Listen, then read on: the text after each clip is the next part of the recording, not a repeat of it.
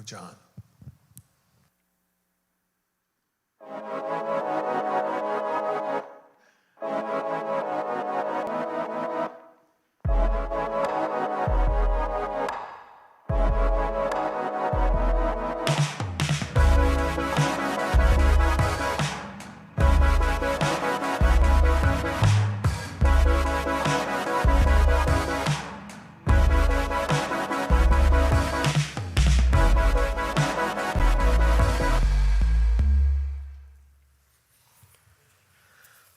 I want to know this morning, is there anything in your life, in your schedule, your routine, your habits, whatever, that you feel like you and you alone are the ones that have to do it?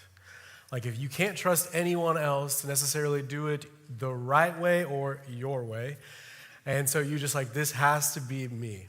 Maybe it's an errand that you run, maybe it's how the dishwasher is loaded. Maybe it is who buys groceries or who does the driving, right? But what is it in your life that you're like, I have to be the one to do it because that's the right way?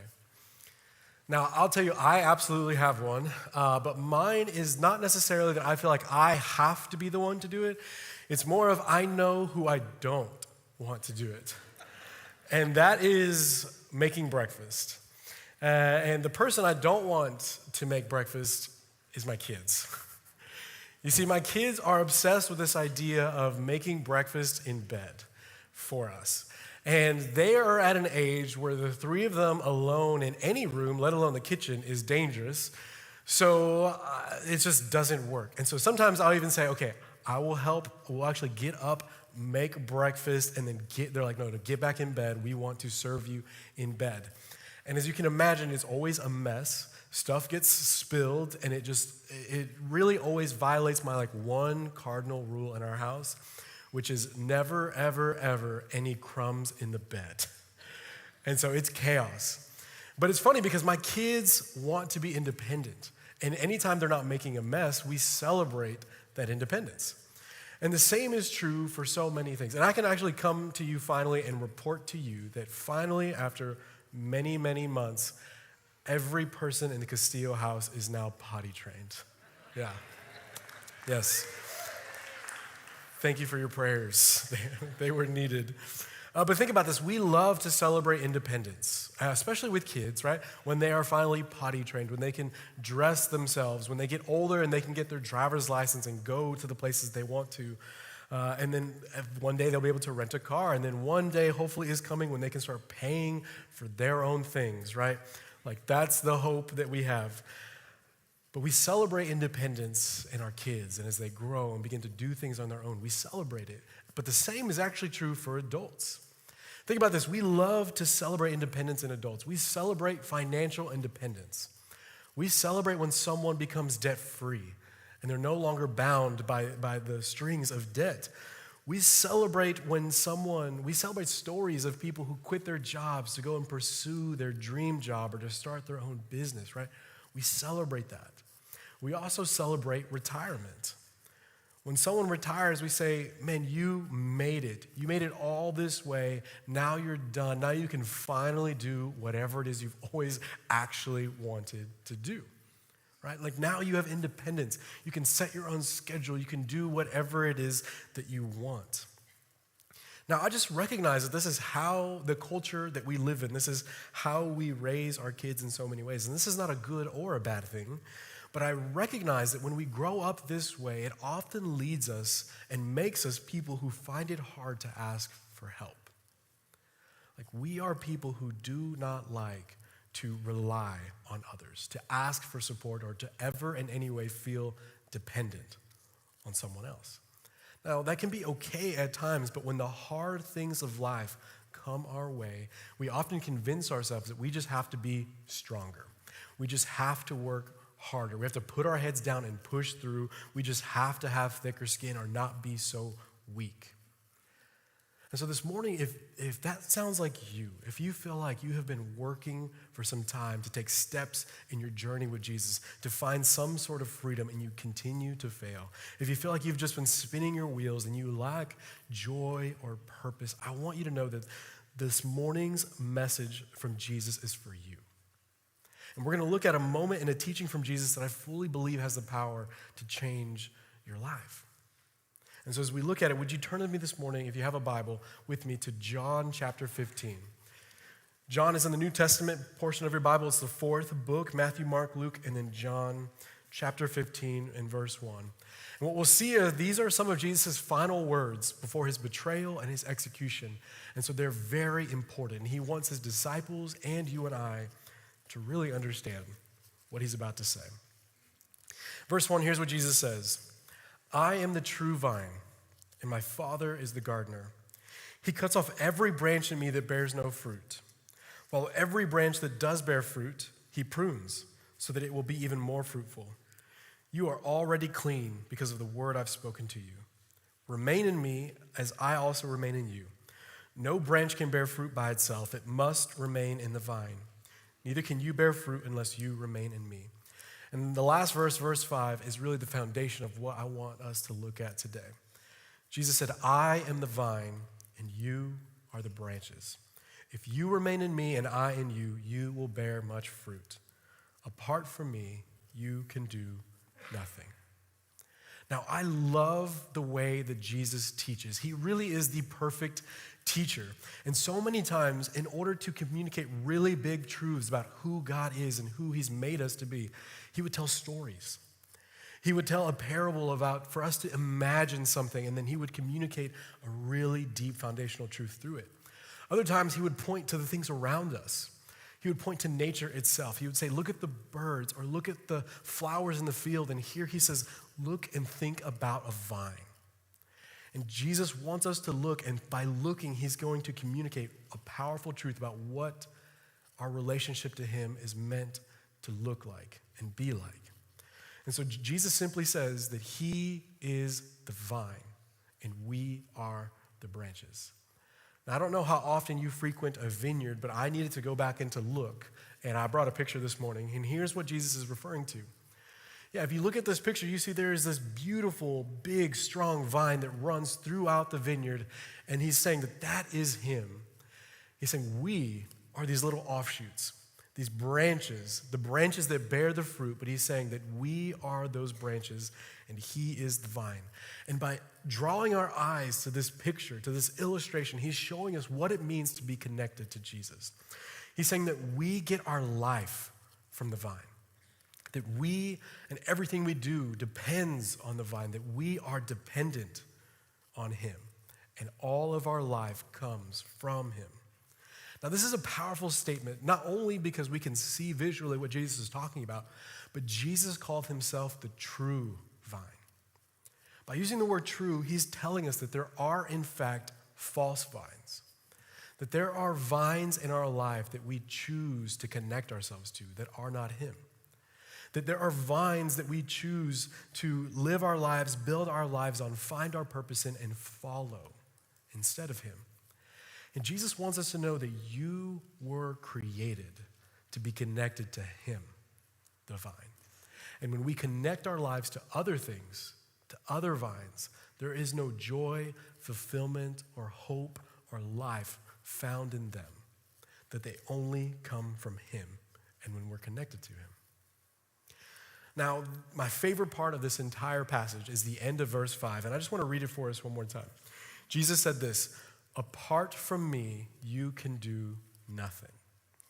Apart from me, you can do nothing. Now, when you first hear that, or you first read those words, I just want you to think, like, what goes through your mind when you hear Jesus say that? And if I'm honest with you, when I read those words, it really conflicts with so much of who I have been raised to be, an independent, self-starting, hard-working person. And it's a bit offensive for Jesus to say to me, hey, apart from me, there's nothing that you can really do. And it's so foreign to us. That phrase is so foreign because it's contrary to everything that we teach our kids. It's contrary to everything I teach my kids, right?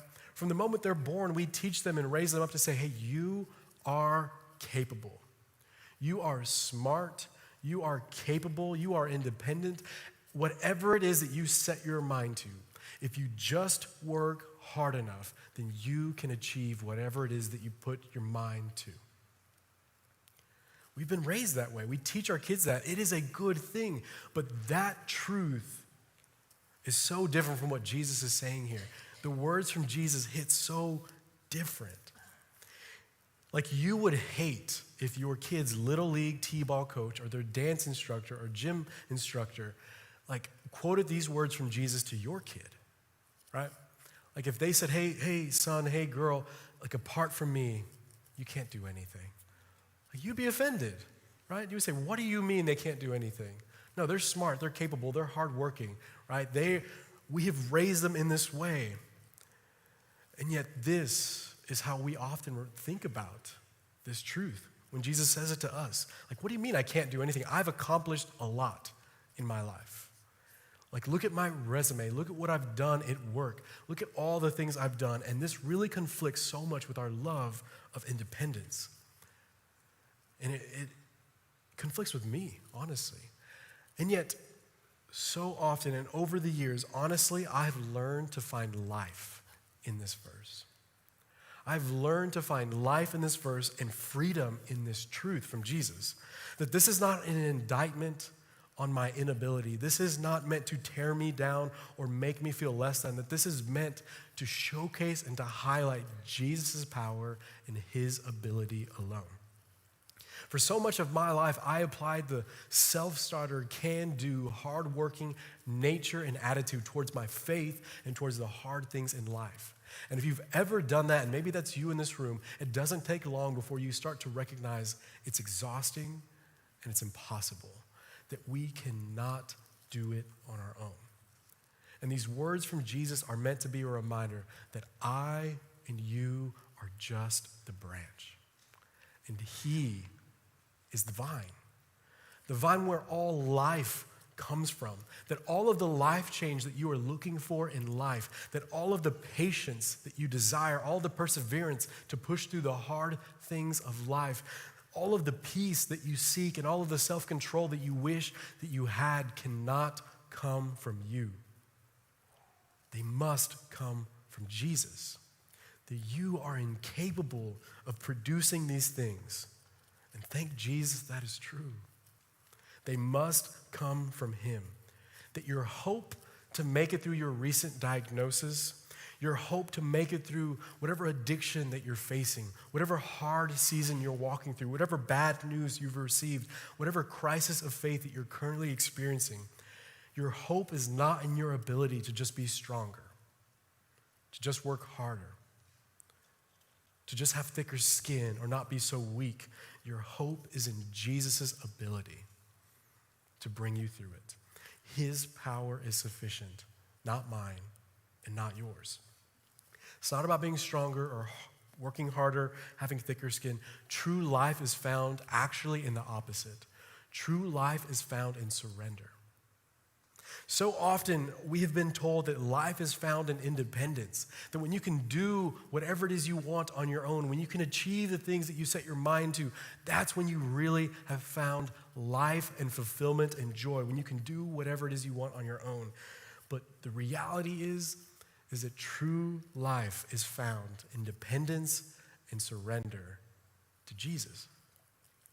And this is contrary to everything we have been told and raised to believe in ourselves.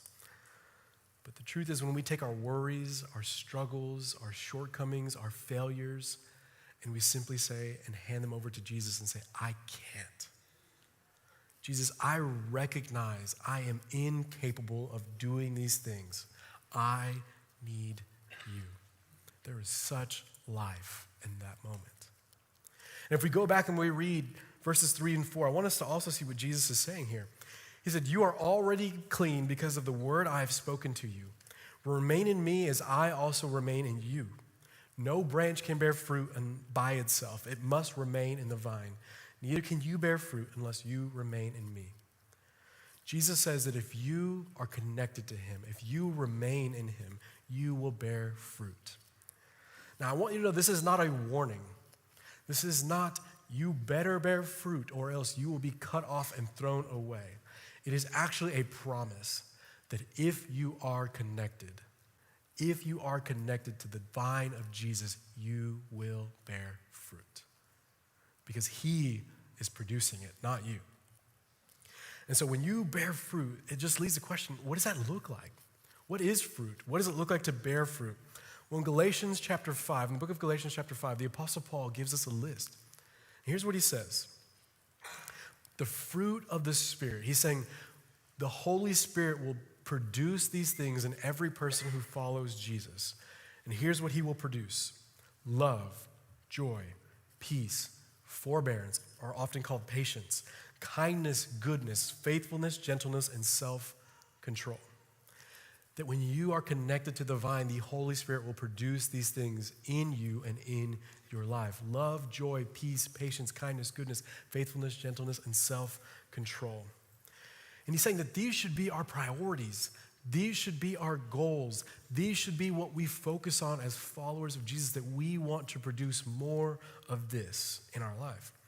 Now, you may read that list, you may hear that list and think, that's kind of a weird list to be goals, to be priorities, to work towards achieving. Like you may think that list belongs on a coffee mug somewhere. Like that list belongs on a piece of art on my mother-in-law's wall, right? Like that is just not concrete enough for us. We love goals. We love things that are concrete, that I can know when I achieve them. Like I want to get into this school, so it means I need this grade because I want this job and I want to move up in this way and achieve this or make this, whatever it is. We love concrete goals because we like to work. We like to achieve. And this just reminds me, last weekend, Emily and I, we had the opportunity to spend a weekend on a retreat with our college-age students here at Brazos Point. And they're all about 18 to 24-ish. And it was an incredible week for us. And I just want you to know that God is doing something incredible in that group here at Brazos Point. Like what they mean to our student ministry, what they mean to this church, what they mean to just us in our personal life and in this community. It's incredible what God is doing amongst them. And I love getting to spend time with them because they have their whole life ahead of them. They're still picking a career and what they want to do.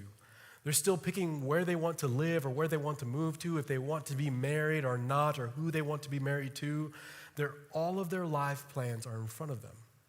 Now, it often can lead to worry, anxiety, and comparison, but I love sitting with them and just asking about what they're working for, what they're working towards. Hey, what are you doing right now? What do you want to accomplish in the next 6 months, next year? And I always love to hear their dreams and their plans, and I always ask the same question. I always just ask, why?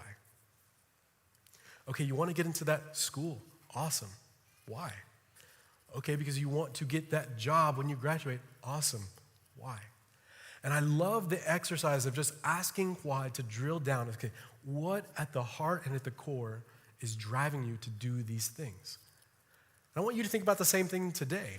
I want you to think about for yourself, what is it that you want in life? What are your goals? What are you working towards to achieve? And I don't want you to just think what you would say to me face to face if we talked after this. I want you to honestly say, here's what I want my life to be about. Here's what my goals are. And then I want you to think, not just what you would say, but what does your life say are your goals?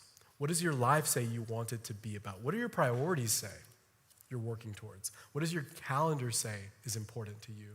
What does your bank account say? What are the things that worry you and make you anxious say is most important or that you are working towards and that you care about the most? Maybe it's a better paying job. Maybe it's financial independence. Maybe it's a dream of starting your own business. Maybe it's to go back to school or to travel or to retire or to get your kids graduated or just to get them potty trained, whatever it may be. What are your goals? And then I want you to go back and think about that list for us in Galatians chapter 5. Love, joy, peace, patience, kindness, goodness, faithfulness, gentleness, and self-control. Now, I doubt for most of you, as you thought about your goals and what your life is for and working towards, that any of those made the cut, right? Like those are some weird 5-year, 10-year plans. Like I imagine that if someone asked you, hey, what's your 5-year plan? Like if you were to say, well, probably some gentleness and some faithfulness, and some self-control, like your coworkers would probably ridicule you like, that's not really a goal. Like that's not something, like you're really working towards that. That's what you want to accomplish. But here's what I want you to think about. We have been told our whole life, and by so many different people and places in the world, that true life is found in achieving other things. That if you could just get that job, if you could just make this much money, if you could just move to this place or have that type of house or whatever it may be, that we've been told that life exists and is found in having all of these things. And when we read this list and we think, yeah, those weren't really our goals, and how do I make my life around that? I just want you to think about this. If you could say about yourself in 6 months or a year, if you could just see yourself in 6 months or a year, and someone could say, hey, in that time, you are fully experiencing love and joy and patience and self-control and faithfulness. And not only that you are fully experiencing them, but you are freely giving those things. Your life is full of that. People receive that when they're near you and around you. If someone was able to tell you that, would you really be able to say, man, that's an empty life? No. And here's the interesting thing.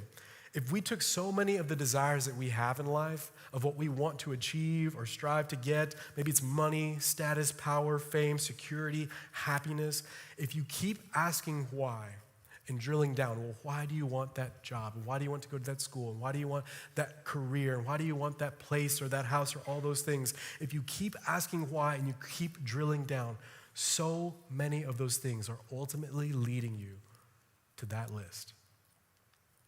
That you want those things and you're looking for those things because ultimately, deep down, what you really want at the end of the day is you want peace. You want security. You want to know that you're going to be okay, that you have enough, that your kids will be taken care of. You really just want peace. Or maybe you want joy and you're looking for them in all of these other places. And you're searching for joy or security or peace or kindness or self-control in so many other places. And yet Jesus is telling us here that they all come from him. And when we are connected to him, the vine, where true life is found. And this is not our nature. We want to work. We want to earn. We want to work hard and to achieve. But for these things to come out in our life, we simply have to let go. We have to take all of our wants, all of our dreams, all the things we wish and we think we can achieve on our own, and simply turn them over to Jesus and say, I cannot, but you can. When we surrender our life to him, it ultimately leads us to life. And it may be contrary to everything we've ever been told, but that is the truth of what Jesus is telling us. Look at verse 11. Here's what he said. I have told you this so that my joy may be in you and so that your joy may be complete. He's saying, I'm telling you this over and over and over, ultimately because I want you to have my joy. And I want that joy to be complete. The joy he's talking about is not the happiness that you often hear or we talk about. The joy he's talking about is something that is not determined by our circumstances. It is not dependent on the present and what is happening to us in the moment. It's something that carries us through. It's a joy that cannot be touched. It's a joy that carries us through life because it does not come from us. It comes from him. So how do we do this? How do we actually depend on Jesus in this way? How do we stay connected to the vine? Well, if you read these verses, the same word shows up over and over and over again. The word that shows up 11 different times is the word remain. Jesus wants us to remain in him. Your translation may say abide or to dwell or to live in Jesus. And it really just means to be devoted to and connected to the vine. So how do we do that? I love Pastor Craig Groeschel, who's a pastor in Oklahoma. I love how he talked about this. And he was a simple example. He said, do you want to know if you're truly devoted? Do you want to know if you are really connected to the vine and the source of all life? He said, just think about this. And I want you to think about it this morning. Look at this. This is you up here on the screen. That right there is you in your life. And here's what all of those little lines represent. Those lines represent your time and your week. That represents 168 hours. That is how many hours you have every single week. That's your life. And I just want you to think about, if we want to truly be connected to the vine of Jesus, the source of all life, well, where do we spend our time? Well, if we have 168 hours in the week, well, a third of that, 56 hours, is hopefully dedicated to sleep. Hopefully you're getting enough sleep. Well, there goes a third of it. And if we keep going, another third of that is most likely devoted to work or school. And it really leaves us with about 56 hours left that we just kind of call stuff.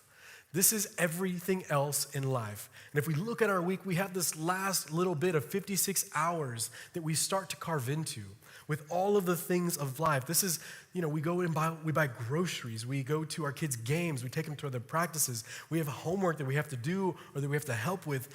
We have to pay our bills. We have car trouble. We have to fix things. We catch up with friends. We spend time on social media and Facebook and Snapchat. We watch the game. We catch up on our show. And everything starts to eat into the remaining time we have. And if we're honest this morning, for the vast majority of us in this room, we're left with this one little hour that we give to Jesus. And that's just really, for most of us, it's an hour we spend in this room when we get together and we worship together and we open God's word, but it's just this 1 hour. And then we turn around and we say, Jesus, I want to be connected to the source of all life. I want to be devoted. I want to remain in you. And yet when we see our life played out, how true can that really be? To remain in means an all-in devotion. The branch needs the vine. You need the vine. You were created to depend on Jesus. So how often are you running to him, connecting with him? Listen, the goal is not a 1 hour week to come in this room to have attendance and then just to appease God. The goal is to connect. The goal is to connect to the source of all life. And here is the hard truth. Devotion to Jesus is not accidental. You cannot accidentally become fully devoted to Jesus. That's just not how it works. And we know this in all of the other parts of our life. Like, we know this. Listen, I know that I cannot hope to suddenly one day wake up and just be more connected to and in love with my wife. I know that it takes work. And it must become a priority. It must be something that we prioritize in our life. Our life is crazy. The last 3 weeks have been a blur. This week, for example, every night we had some sort of commitment or practice or activity that one or both of us was committed to. And so this week we really just recognized, hey, our date this week, this is the complete truth. Our date this week was when we took our daughter on her kindergarten field trip to Sesame Street Live. And we took buses full of kindergartners to this arena in Houston to watch Sesame Street Live, and it was chaotic and crazy and fun all at the same time. And then we put them on the bus and sent them home, and we're like, we're gonna sneak away to a local coffee shop to spend just 30 minutes with each other. Because we knew life is crazy, and we will not accidentally become more connected to each other. It has to become a priority, and it has to be something that we fight for. And you know this in every other part of your life. You know that when it comes to your finances, that you have to make things priority. You will not just magically wake up one day and be debt-free or to be financially independent. In your work and in your job, you know you have to prioritize things. You will just not become successful by accident. Or at the gym, you're not just gonna wake up one day and suddenly be fit. It has to become priority, or else you won't do it. And it's the same with Jesus. You will never, ever, ever accidentally live a fully devoted life to Jesus. You just won't. Jesus will meet you wherever it is you connect with him, and he will be there. But we have to recognize and be honest with ourselves that we will not do this unless we prioritize it. And so I want to get super practical this morning. How do we actually do this? How do we take steps towards this to live to devotion and to remain in Jesus? And as practical as it can be, here's what we do. We have to pre-decide a time and a place to connect with Jesus. You have to decide before you look at your week and you say, well, here's what's left. You have to decide, I'm going to make this a priority. I'm going to put in the big rock of connection with Jesus first and let everything else fall in around it. You cannot just say it will happen if it happens and it will happen when it happens. You have to pre-decide this time, this place, on this day, in this way. I'm going to commit to connect with Jesus. And it might look different for every person in this room. Maybe for you, it's in the morning. It's before everyone else wakes up and it's actually quiet that you spend some time to connect with Jesus. Maybe for you, it's when you have coffee on your porch or in your living room by yourself. Maybe it's on your commute, that you have some time in the car and turn the radio off maybe and turn the podcast off and just say, I'm going to pray, I'm going to listen to the Bible. And I'm going to connect with Jesus in these moments. Maybe for you, it's late at night when everyone else is asleep and it's just you. Or maybe if you have kids, it's in the bathroom. You can lock the door, right? Those few moments that you can actually get away and lock the door before the fingers start to come under the door trying to get to you. Like maybe for you, that's you and that's real life and that's honest. But we have to pre-decide that we are not going to give Jesus our leftovers, that we want to be connected to him, and so we want to build our life around him. That Jesus, if we are the branches, that he is just not a part of our life, that he is our life. And so we need to prioritize and build our lives around that truth. That if you want love and joy and peace and patience and kindness and goodness and faithfulness and gentleness and self-control, then it will only truly ever come from him. And when you are connected to him in the source, Scripture will tell us that the same Spirit that rose Jesus from the dead now lives in you. And that same Spirit is what's bringing those things about within you. And this morning, if you are not a follower of Jesus, I just want you to know you can work as hard as you can imagine and as possible, but you will never find the joy and the fulfillment and the life that can only be found in Jesus. I want you to know that you were made to be connected to the vine of Jesus. And that's how he made you. And so surrender to him, believe in him, trust him. If you have questions, we would love to connect with you and walk you through what that looks like. But joy and satisfaction and life can only be found in him. And it all comes down to surrender. Do you and I want a life that's full of love when we're surrounded with the people who don't love us? Do you want to have joy in the midst of difficult circumstances? Do you want to have patience when you're ready for this season to be over? Do you want to have peace in the middle of chaos and kindness when there's no reason to have it and self-control when you feel like you cannot ever do the things that you want to do? It can only come from him. And we do not work harder or strive more. It begins by surrendering it all to him. Our desires, our wants, our independence, and recognize I am just a branch and he is the vine. And we have to trust him and recognize that all life really just comes from him. So would we surrender to him? Let me pray.